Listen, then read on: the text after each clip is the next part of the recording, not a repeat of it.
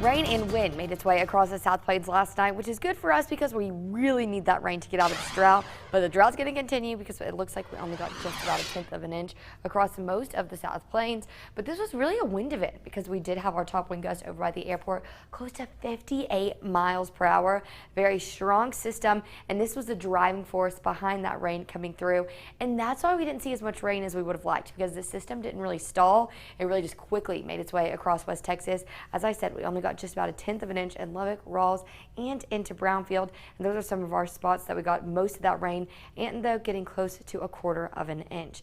Now this system has made its way completely into Oklahoma, and we're not seeing too much happening locally. There is a few showers trying to stick together, making their way closer to Lamesa, but this is going to be about all we see throughout the rest of the day because we are going to be much drier through our afternoon. Now looking over Slayton, there is just a few puddles on the roads, and so that's something to be aware of as you're driving, but we're not seeing too much puddling across most of West Texas because of how much rain we got. It wasn't very much, but hey, we will take all that we can get.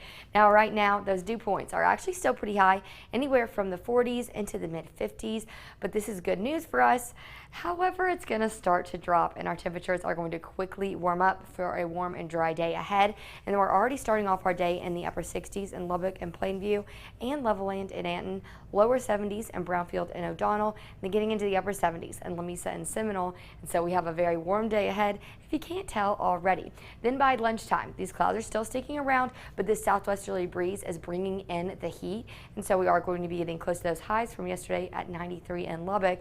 And then by this afternoon, triple digits across most of the South Plains. Going to be a very hot day, even though these clouds are coming in. Don't let the clouds fool you though, because we're still going to have very warm conditions, and we'll be making it into the lower 80s by 10 o'clock tonight.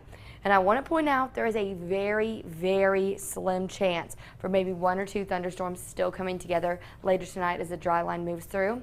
But because we have so much dry air coming in from the south, this is very unlikely, and we're actually going to be seeing more of that fire weather chance, as will be anywhere from that elevated to critical chance because of how much of this dry air is getting pushed in. And we're going to continue to see that trend as we go into the rest of our work week. But then a cold front comes in as we go into our weekend, setting us up to be in the upper 70s. Going to be a nice mild one to get outside, especially after all this heat this week, before rain chances return going into our Sunday and Monday, Laura.